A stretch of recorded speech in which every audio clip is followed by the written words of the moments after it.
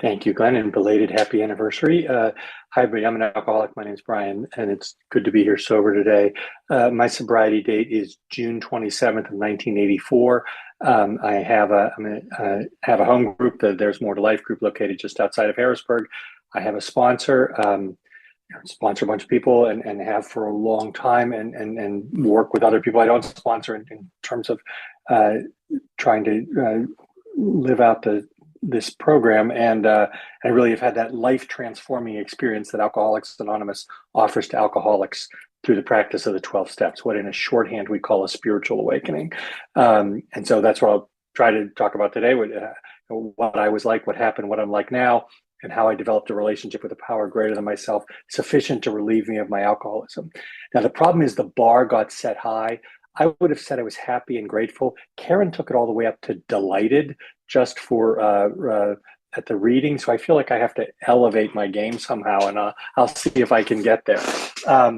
But this memory came back to me a few months ago. I don't really know why. I hadn't thought about it in years. But I was in college, and I was met this young woman. Whose name was Karen, and I was in love, which was my sort of normal pattern. And um, and there were some obstacles. I had a girlfriend. Karen had a boyfriend, and she viewed those as things that should be shaping our behavior. Um, Not knowing that I had alcoholism, and not understanding that one of the burdens of alcoholism is this radical selfishness and self-centeredness. Um, while she's viewing these things as things that should shape our behavior, I'm viewing them as just data points. They are maybe things we need to slide around to get somewhere. And so I court or pursue, or whatever the word I would use was at the time. And then one night it happens, and we're out somewhere, and happen to be there together. And it's this beautiful October night in New Hampshire. And like the song says, she was golden in bar light and beers. That's what. And we have our first kiss, and everything goes from there. Now, here's the thing about that memory. Left to its own, that's where it stops for me. But if I think more about it, what I remember is what actually happens is we work our way back to the place I lived. And then I'm so drunk that I get sick and pass out on top of her. Which now in the real world, that's usually the end. In the alcoholic world, that's like a 6 on the dating scale. And so and of course it continued after that. And then of course the other stuff that happens, all the drunkenness, all the infidelity, all the fighting, all this stuff, I won't remember any of that. Because that's not how my mind thinks about things. For whatever reason, it is incapable of thinking those things through, and it repackages the past to enable me to just pull up the pleasant parts with nothing about all of the other things that show up ultimately in the amends list. But although she was the one for a while, she really was not, as I was not, and no surprise there. But what happened at the end, and this years later came back to me after I got sober, because I could see it, came up in inventory, is she decided that she could no longer continue to be unfaithful to this other guy behind his back. And she told me this, and I was, drunk at the time, of course. And I said something very self-pitying and dramatic, like, why did you even start this if you didn't plan to continue? Um, like I'm the victim here. And it turns out that there are a lot of possible responses to that, such as I was overcome with passion, I was swept off my feet. But Karen opted for the truth. Um, and when I asked her that, she said, "You wore me down." Um, uh, and what I learned about that in relationships is that part of my alcoholic selfishness and self-centeredness is that's how I approach everything. Um, I think I'm, courting someone, and really it's like a medieval siege, and I just keep coming and coming and coming until I get what I want. Um, uh, and I saw that as an asset. Um, my ability to put my head down in all kinds of situations and just go, go, go, go, go, um, in work, in all kinds of places, I thought of as an asset.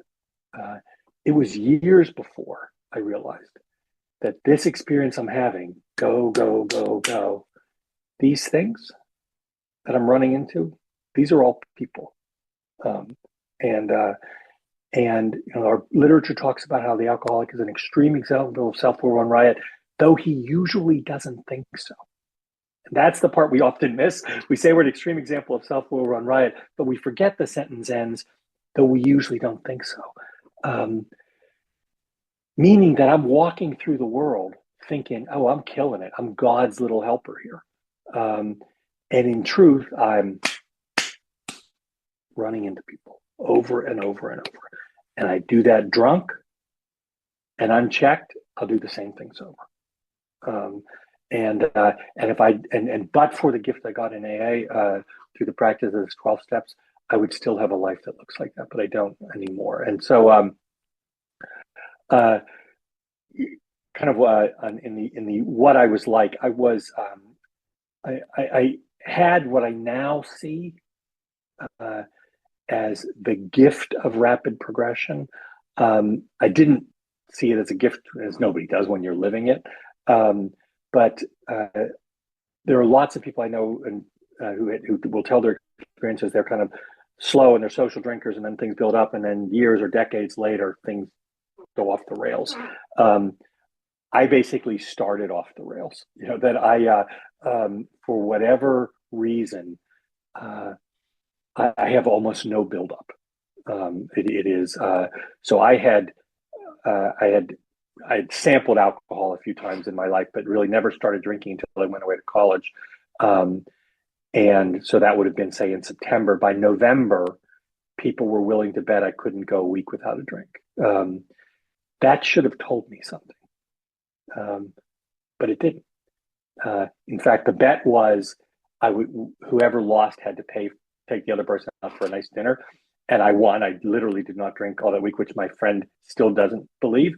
But we went out to dinner, and I celebrated by getting so drunk I threw up all over the bathroom of this nice restaurant. But I had proven I didn't have a drinking problem, so I was good to go. I was dating a woman at that point who was telling me that, when you drink, her dad was sober 10 years. And she was saying, when you drink, you remind me of my dad when he drank. Should have caught me. It just seems like kind of an insult, and it's clear that relationship's not going anywhere. So very rapidly, what started to happen to me is because I was a daily drunk very soon, and I couldn't function in a way people are supposed to function, certainly in any place, but not in a college. And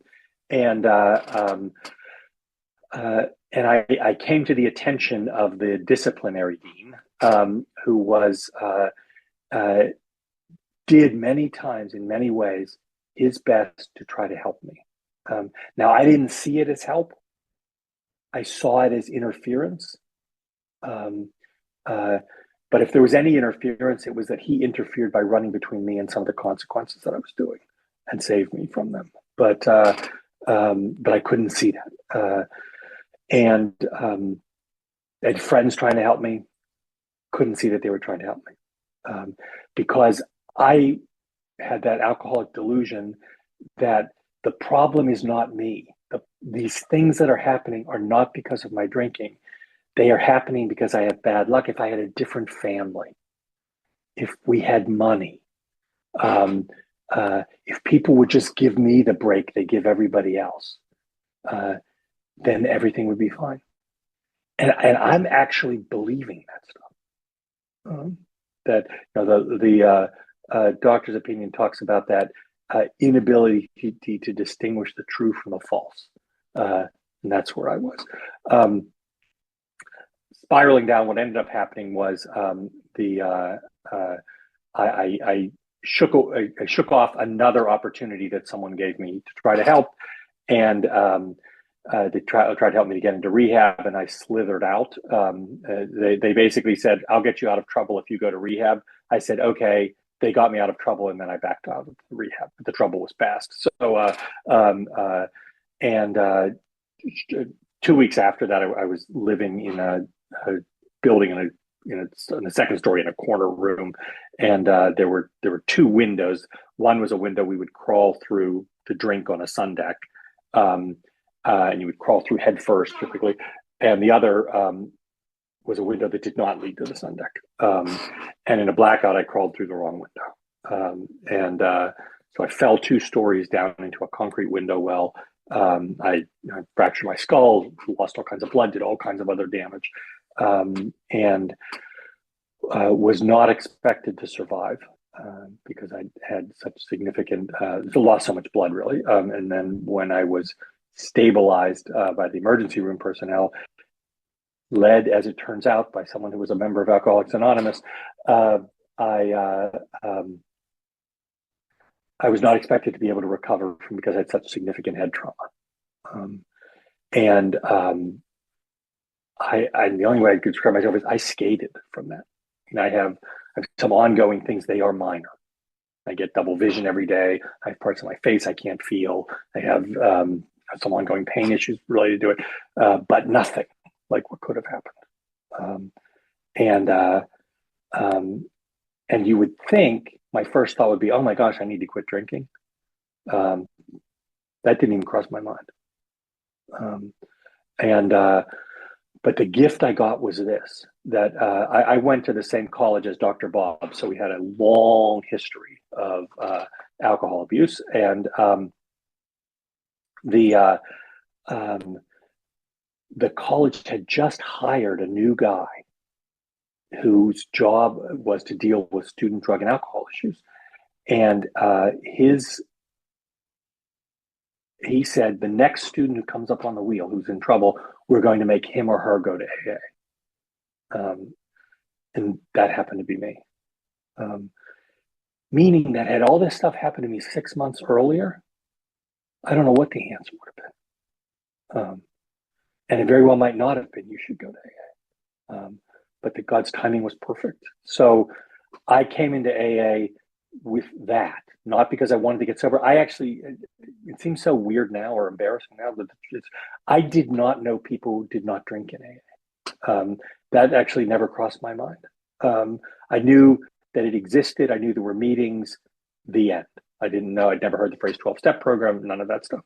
And so but I came to meetings, and the reason I came was not because I expected to get anything out of AA for myself.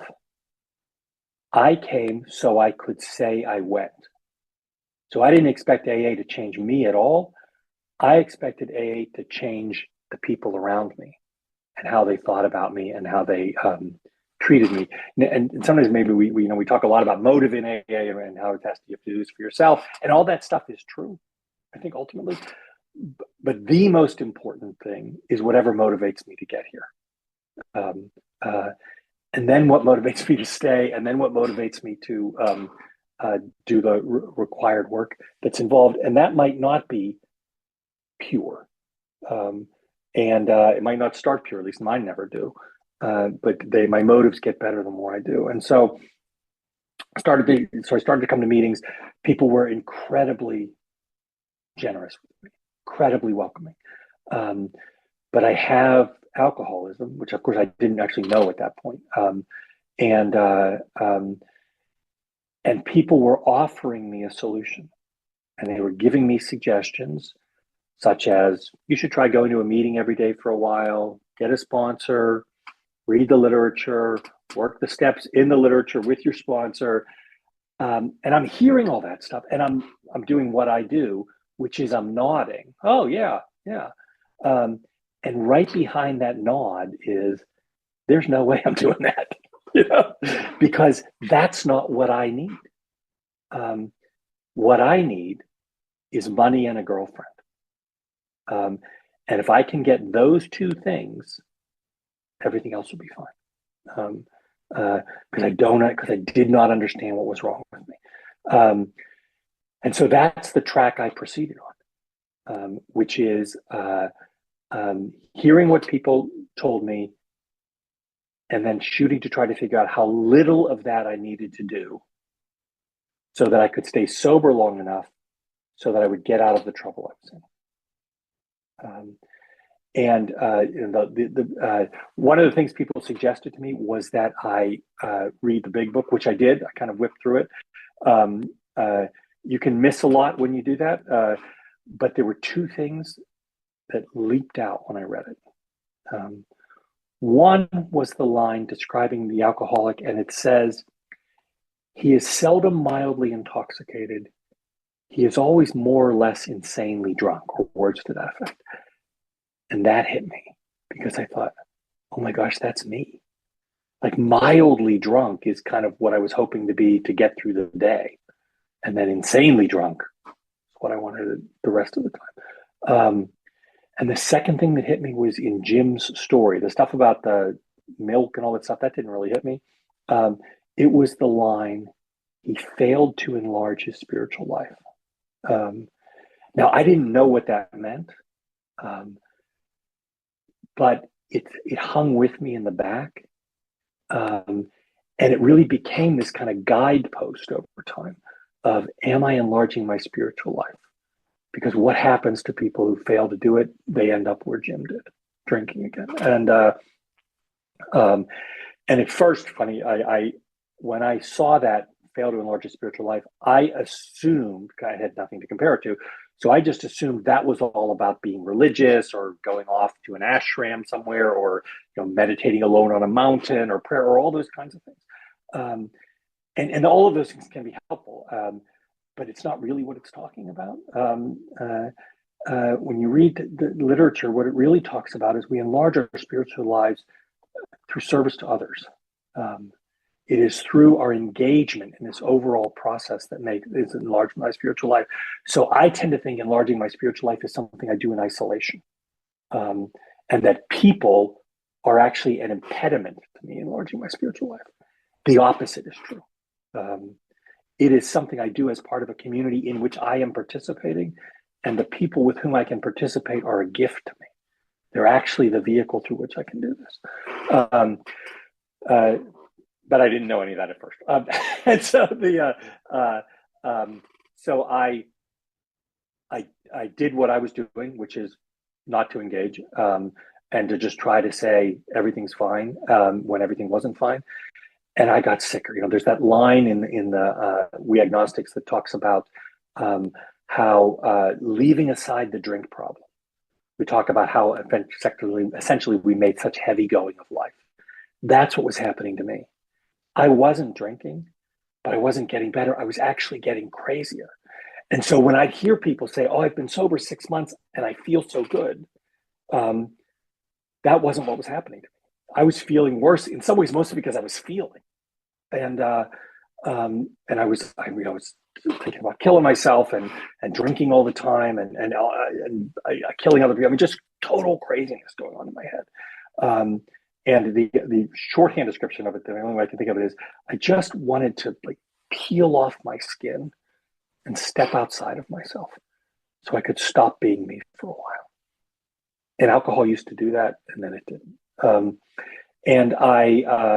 What ended up happening was I got this incredible gift, which is I finally decided I'm going to a meeting today, and at that meeting, I am going to tell the truth.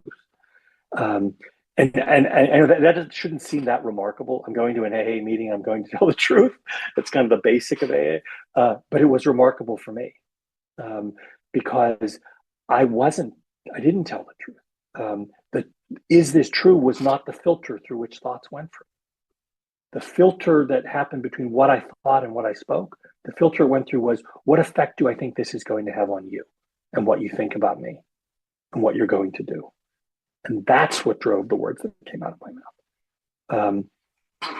So I've decided I'm not going to do it. So I go to this meeting and usually 20 to 30 people there, no one else shows up.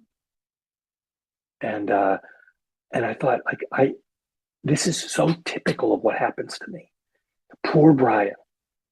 Everybody else would have a stadium filled with people if they needed a meeting. Brian gets no one. And then this guy named Tom came in and he said to me, I'll never forget, he said to me, where is everybody? And my thought was, like, how would I know? I mean, you're the member. I'm just a guy passing through. I had no intention of staying in AA. The best I could come up with, I was 19 when I got sober. So the best I could come up with was I would stay for 11 years until I was 30. I would be old, I know, but I would, by that point, if I didn't drink for 11 years and got focused, I would make so much money that I could retire at 30 and drink. The thought that, hey, you're what you're saying is you're trying to set up your whole life so you can drink again. Is that some sign that you have alcoholism? That's not how I processed it. I processed it as insight. So this guy said to me, well, why don't we have a meeting ourselves? And I thought, terrible idea, but I sat down and then everything came out about what was really going on with me. All of my, oh yeah, I'm doing great, was gone. And it was, I think about drinking all the time. I think about killing myself. I'm not getting this. Everybody else seems to be getting better. And I seem to be getting worse. And he's laughing like, oh yeah, I remember that. And I'm sure it was years before I saw something about that, which was all I could ever see was that nobody else had showed up. And I didn't get the meeting I needed, but luckily this guy was there. I finally understood eventually, nobody showed up because God spared me from a meeting. I didn't need a meeting. What I needed was the thing I was resistant to, which was to sit down one-on-one across the table from a person who had the illness, understood the illness, had implemented the solution, and was willing to talk about that with me. And he was really the door that I walked into AA through.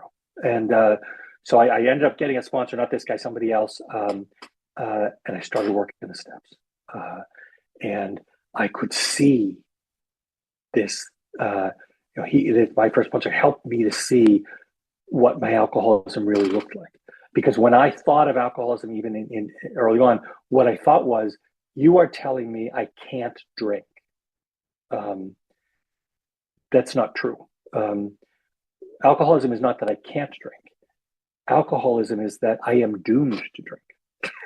I will drink unless I get a relationship with a power greater than myself. And my life will be unmanageable as the result of drinking. And even if I'm managing, as I was doing, to stay dry for a while without that relationship with a power greater than myself, my life will be unmanageable because my life will be characterized by self-override, by fear, by resentment, by self-pity, by self-seeking, by self-delusion. I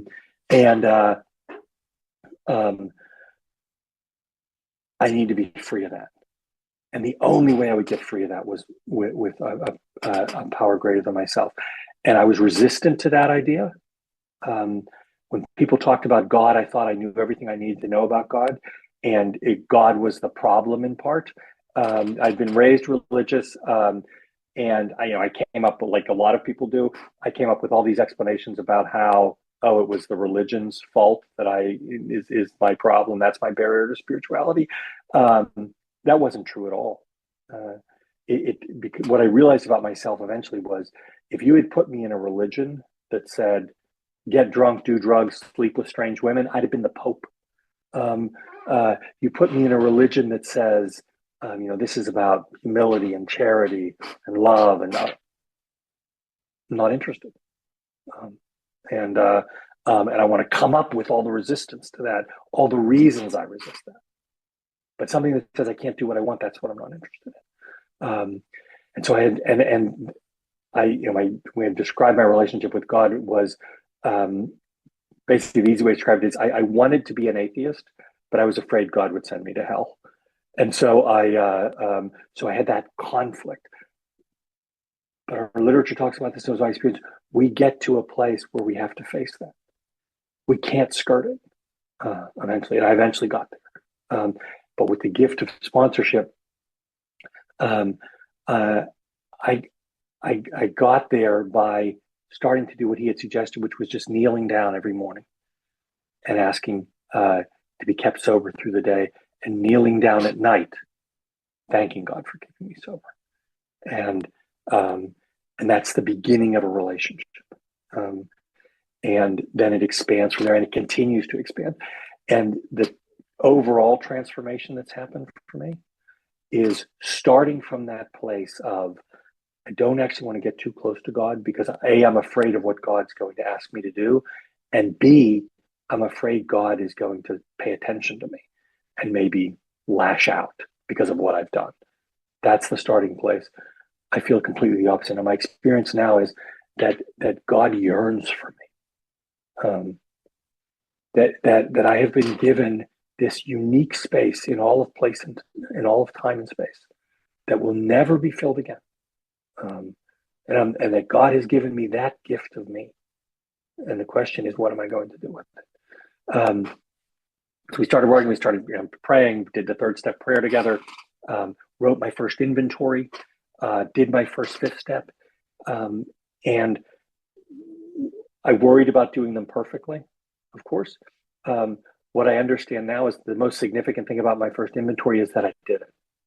The most significant part of my first fifth step was that I did it.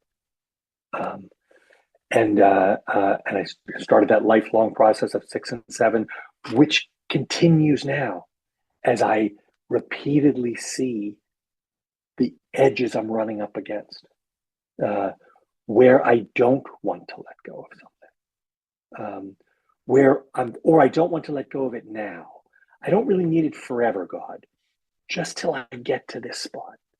And when I'm there, I can let go of fill in the blank: greed, dishonesty, selfishness, fear, any number of things. And of course, it's delusional. That is a commitment to unmanageability. But inside of my head, it makes sense. One of the gifts of sponsorship, the gifts of close fellowship friends, is my ability to share that with them so that it doesn't play out that way. I started the amends process, got the incredible freedom that comes from that. I now see that as I got the opportunity to make amends. I used to see it as I have to make amends because people who have alcoholism have to make amends and they clearly can't stay sober, and other people don't have to do it. So yet another burden of my alcoholism is I have to make amends. The opposite is true. One of the gifts of my alcoholism is that I get to make amends. And in that process, not only do I get to get free of things that I'm carrying, things that are shaping how I move in the world, but I get to participate with God in the creation of space that other people can get free, who aren't driven to the amends the way we are, and may have no other way to get free than by our participation with them in that space. And that's happened to me on numerous occasions with people. I went back to school, something nobody would have thought was going to happen. And I knew I got a gift, which is I knew I was never going to make it if I didn't throw myself into AA. That, I believe, is a gift that God gave me, a gift of clarity that I'm not a guy who will ever survive on the margins. I know there are people who live out there. God bless them. I'm not one. I just won't make it. And so The freedom that comes from knowing that, however, is it makes it a lot easier to stay in the center. And so I really started to throw myself in. I'm going to more meetings, of course, but started to take on service positions. I started to work with people, going more into detoxes and hospitals and prisons and psychiatric hospitals, the whole thing, and rehabs and everything, and really starting to see and starting to experience the fruits of giving, so to speak. And I had a completely different experience for the second 2 years of college than I had the first two, because I was different. And I finished that, and I went off to graduate school, and I moved to an area where it was very different from anything I was used to. And I was scared because it seemed that rather than hear people talk about the steps and the transformative power of God, and people would be more likely to complain about their neighbor or their neighbor's dog or something, or there would be the things that would be dominant, like think the drink through, which is maybe the most precise opposite statement of our message that you can have. And I was afraid I wouldn't make it. That's what was really happening. And I talked to my sponsor who suggested to me that I had been raised in a solid A tradition. And so it was my job to share that with people. I took that maybe too literally, and also I sharing in the way too limited by my own character defects. So I did it much more like a bull in a china shop than the gentle person coming in and being the first big book people see. And so people talk about big book thumpers. It's not a term I normally use, but I think of me as someone who was a big book thumper in the sense of thumping other people with the big book, not constructively opening the message always to people. And I had to get better at that. But I did with practice. And then my sponsor talked to him, and after a while he asked how things were going. And I said, pretty well. They seem to be getting it. And he said, now these people who don't know, who like aren't doing it right, are they drinking? And I said, well, no, but what does that have to do with anything? I'm not doing it right. And he said, you essentially, you've now told them what AA is. It's your job to listen, to understand what they're doing. And that was such a transformative moment for me, because what it revealed to me is one of the ways my self-centeredness burdens me is that it makes it impossible for me to listen. Because what is going on in my head is so much more interesting to me than what is coming out of other people's mouths. And we talk about God speaking through people, and I believe that happens all the time. But I have to be able to hear it. And so part of that turning to God in that also opens up this thing that when other people are sharing, what I am seeing, what I am experiencing is another manifestation of God. That great reality that's deep down within me is deep down within them as well. And can I be open to let that part of me touch that part of them? And when I can see it that way, suddenly everything is opening up in terms of what God looks like in the world. So I finished graduate school. I got to do all kinds of travel that I never would have gotten. I moved into the working world, and I had to learn how to practice these principles in all of those affairs. And as I've joked with people, I was the greatest employee ever in the history of North America until I became a full-time employee. And then all of a sudden, how do you practice that? And the nature of the work I do, it's all about conflict. There's egos and a lot, my own as well, going in a lot of clashes, and the idea that I don't have to practice these principles there. I need to practice the principles in AA meetings, broadly in the world, but not at work, because that's about money, and not about relations, not in relationships because they're about relationships. But other than that, I'll be fine. Untrue. And I had to learn how to practice these principles in the workplace. And one of the gifts of that is, as I sort of moved up the chain and by staying engaged, is people often tell me kind of side comments about how the way I do things is different than what other people do. But it is for us totally normal. There's nothing remarkable about it at all. And that, that's been this incredible gift. I've always stayed engaged with sponsoring people, always stayed engaged with sharing the message.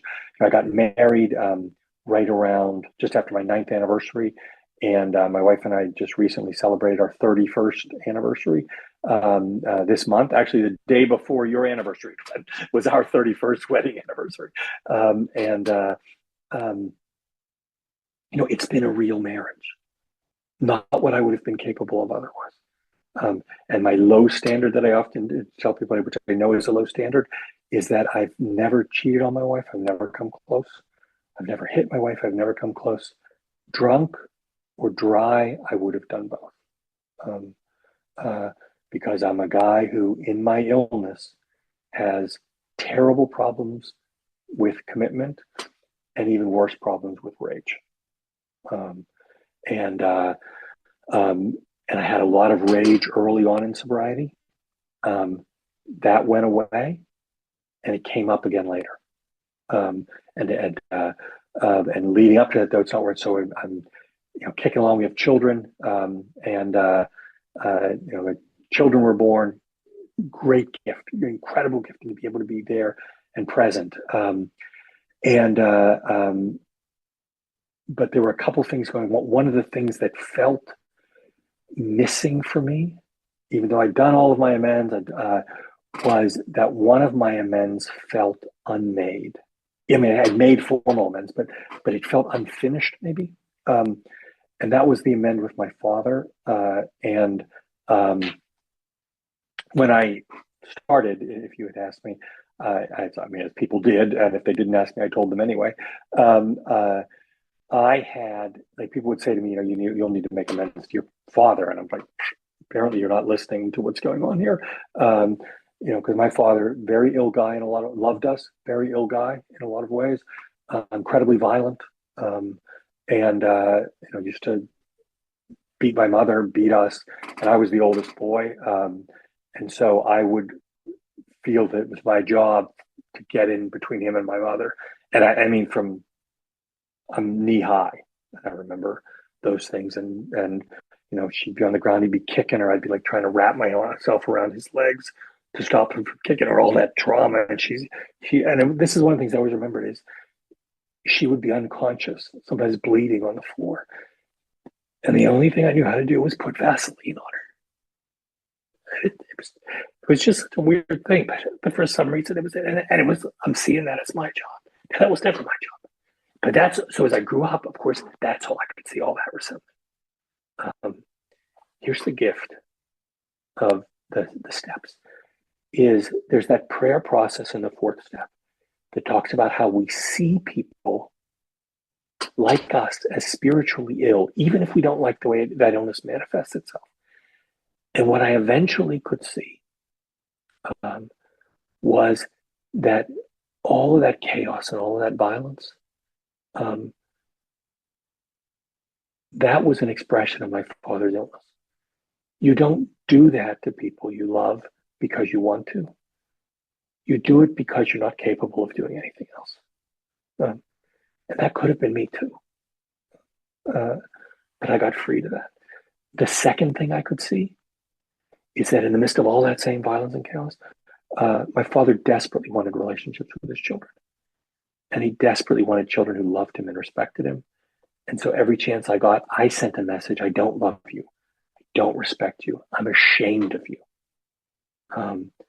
And when I get out of here, I am never coming back. That's who I was. And that became the thing for which I needed to make amends. And the question was, how do I do that? Now, I had made the formal amends, but my dad was not a guy who was in any way comfortable talking about that stuff. So I kept praying. My dad was from Ireland and had grown up very poor in Ireland. And um, there's this Irish game called Irish football. It sort of looks a bit like soccer. You use your hands. You know, it's some other big differences. But um, uh, and the in America we call the Super Bowl of that is called the All Ireland. It's played every year in Dublin. And so I'm praying for guidance about what to do. Um, Clear as a bell, a voice says, "You have to take your father to the All Ireland." And I thought that is a terrible idea.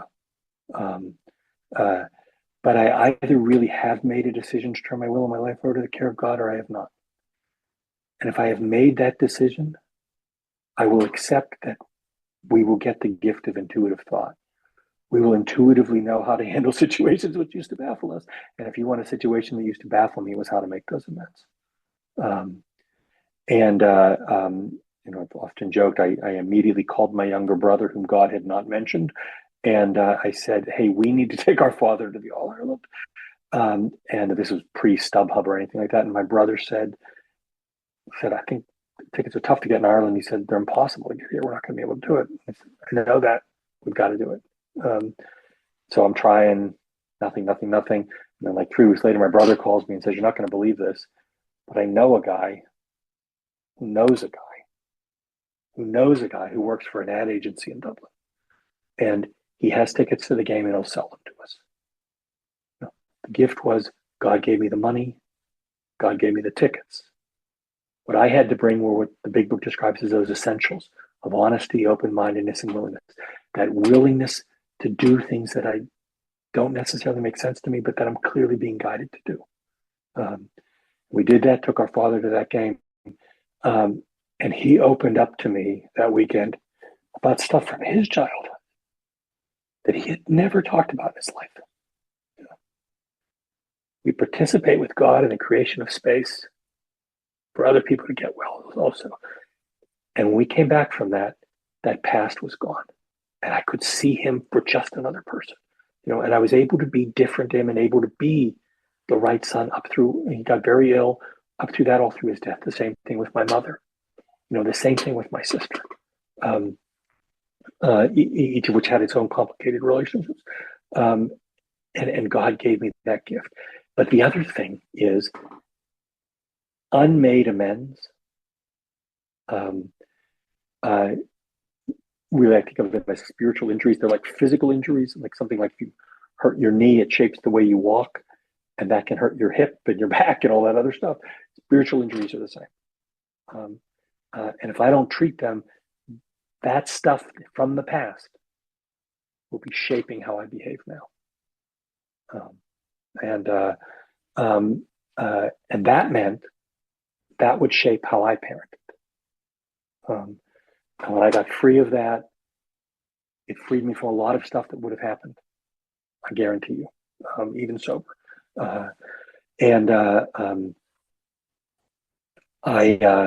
So I'm kicking along. My kids are growing up, very active in the fellowship. Really a good life. And I mentioned I had this rage problem out of nowhere. I mean, I say out of nowhere. There was a build up to it, but seemingly at the time it was out of nowhere. I said I'd be fine, and all of a sudden I went like that. I mean, just this rush up. That used to happen to me all the time. Drinking happened to me all the time in early sobriety. It had gone away, and out of nowhere it came back. I was. First off, I'm thinking like, oh, am I tired or something? What is this? And I was embarrassed by it because no one wants to say, oh yeah, here I am. I'm sober, 20 years. And 10 minutes ago, the thought popped into my head. I was fine. And then this huge rage built up and I'm thinking I should smack my kid to make him learn. Knowing that the gift I got was I got two voices. I had the voice that said, you should do that and he'll learn from it. And I had the AA voice on the other side that said, that's crazy, don't you? I think my dad only had one voice. And he was burdened by that. So, long story, I kept trying to manage it on my own. Of course, at first, that didn't work. talking to people about it too, my people I'm closest to, trying to bring it into the steps. It's getting worse. I can feel it building. And I don't know where it's coming from. And so I'm talking to my sponsor, and he said, I think you need to get back into therapy, and you should go to Al-Anon. And I was embarrassed, for him that he could be so off. So I talked to my closest friend in the fellowship, and he said, I think you should go to therapy. And have you ever been to Al-Anon? And this is not an Al-Anon lead, but those two things opened up a new thing for me. And now the steps, I was limited by my past still in my ability to practice these principles in all my affairs. Those things opened it up for me. My kids got spared from what that would have been. And because of that being different, when my son started to display signs of alcoholism, I could be different. And at first I did what probably every alcoholic or non-alcoholic parent does, except every alcoholic parent thinks they have a particular expertise about it, which is I'm going to parent him out of it. I did not break the streak. That still has never worked ever in recorded history. But I'm throwing myself in this, and I'm praying and praying and praying about it. And God gives us guidance, and I believe this. And the first message I got was, your job, because the question I'm asking is, how do I get him sober? How do I practice these principles that make him sober? The message I got back was, your job is to do what you can to carry the message to people, so that if he needs to come through a door with the people who have an answer, there's a door for him to come through, and people on the other side with an answer. And so I even threw myself further into 12-step work. But in truth, in the back of my head, I was going to do this, and that was going to make him sober suddenly. And instead he got worse. And he's spiraling. And at the same time he's spiraling, my longest term, closest friend in the program, his daughter was spiraling. And this is a guy, very active. So now I'm praying and I'm praying. And now I'm saying, like, how could you do this to me? You couldn't spare him. And the message that came back was, who better to raise a child with alcoholism than someone who's recovered from it? That part of practicing these principles in all of our affairs is bringing love into all of these places, even when it's really hard. What ended up happening was my friend's daughter, who was, somebody I held as a baby, or flower girl, she died of an overdose. Do it alone, as people do. And 2 weeks later, my son called to say he wanted to go to rehab. And because of what AA had given me, I was a person he could call, because I could have made myself a person he couldn't call.